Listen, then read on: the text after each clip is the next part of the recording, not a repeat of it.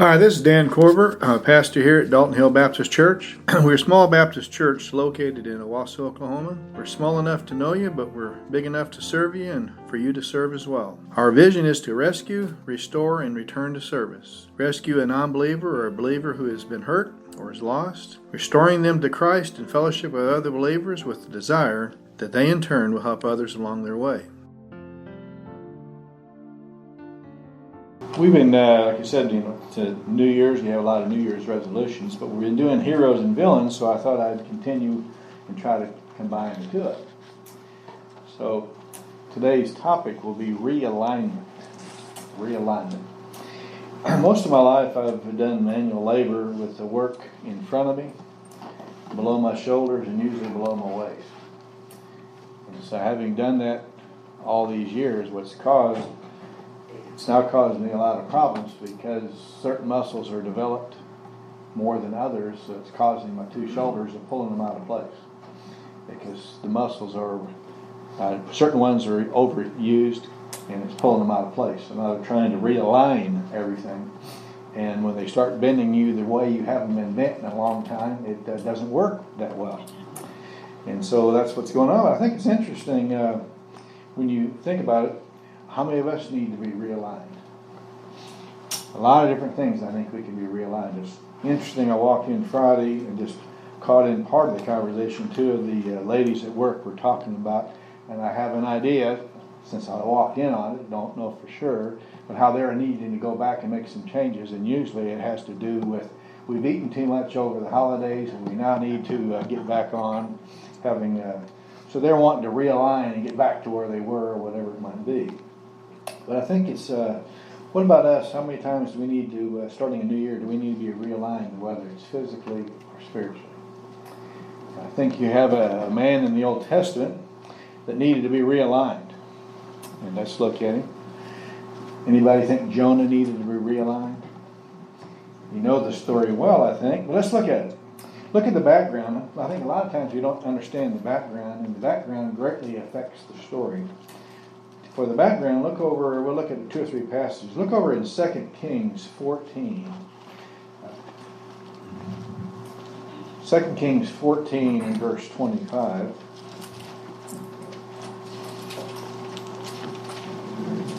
This would be Jeroboam II. He reigned for 41 years in the north.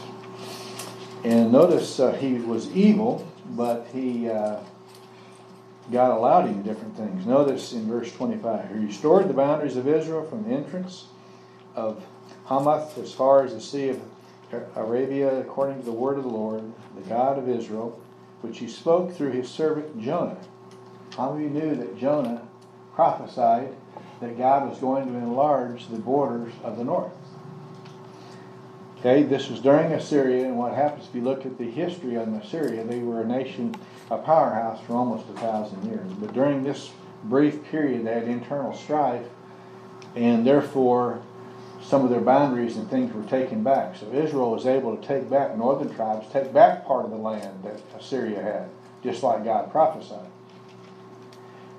If you look over in Hosea 11 in verse 5, as well as if you look at Amos,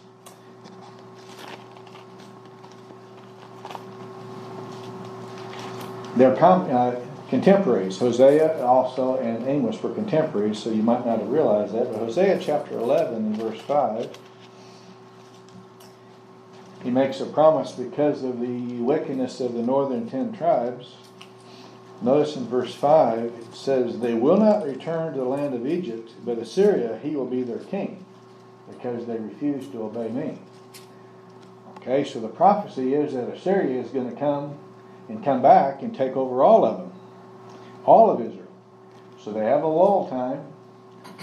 They're able to take back their part of their land, talking about Israel. But Assyria, because of the sin of the northern tribes, are going to come back and take it over. You have the same thing, which you don't have to turn to, in Amos 5 and verse 27. It says, it even names Assyria, it says they're going to be captured by Assyria. And if you look in 2 Kings 17, it actually was fulfilled, 722 BC. So here you have Jonah. He prophesies they're going to widen their borders back to where they were. but they don't turn to God and thank Him. So their contemporaries, Hosea and Amos, said that Assyria is going to come back and is going to capture them all. Okay, so would you say Assyria is the enemy? And do you know much about God? Jonah does. That helps you to understand the story when you look at it.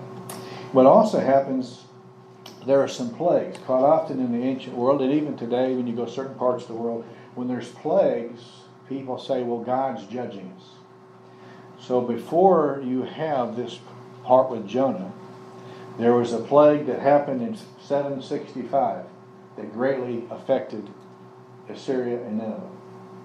You then had a total eclipse of the sun. And when they saw the total eclipse of the sun, they think what? God's judging. You then had another very bad plague that happened in 759. So you have three natural things, but plagues that come. So when Jonah comes to speak to them, then they're much more open to what he has to say. So that gives you a little bit about the background. Now I think also Nineveh, where the capital of the northern 10 tribes is Samaria. How far away is that from Nineveh? I think we don't think much about it. It's 550 miles. Okay, Nineveh was not the capital of Assyria at this time. It later becomes the capital. Who founded Nineveh? We've studied this on Wednesday night. I'm getting after you. Who founded Nineveh? One of the very first cities founded in the world. Son of Ham. Further down, anybody ever heard of Nimrod? The great hunter and the hunter of men? He founded cities. Nineveh was one of the cities he founded. So one of the oldest cities in the world. Okay. Then you also, if you remember, you have the sea. We know the story. Jonah's going to go to the Mediterranean Sea. Is going to get spit up on the dry land. There's another 30 miles. So if you traveled 20 miles a day, how long would it take you to get from the Mediterranean Sea to Nineveh? Over a month. 5 weeks. Assuming you don't travel on the Sabbath. How do you pay for that travel? So you stop, and I don't think we think about this when God gives him a command. When you think about this, would you want to go? Also, I think we have to keep in mind, like the background, what is the purpose of the book of Jonah? And what's the purpose of God? One is God concerned about all mankind? That's why he sends Jonah to him. Was Israel supposed to be God's instrument to teach the world about God and salvation? But Israel wasn't doing it. What about if Nineveh repents, what kind of lesson is that given to Israel? Did Israel repent? No. So the wicked nation of Assyria repents and God relents. Hey Israel, punishment's coming your way. Why don't you be like Nineveh and repent? You think you're righteous and have a right standing. What about you and I? Now I think we oftentimes, what about Jonah? You're a representative of God. How selfish are you? You care about yourself and not about people who are dying, and you know your destiny. So think about it when you look at the book of Jonah, because I don't think we often think about it. But he had to be realigned. He's going to be realigned 2 or 3 times in this story. So what circumstances are you going through, and what's God's purpose? You ever wondered that?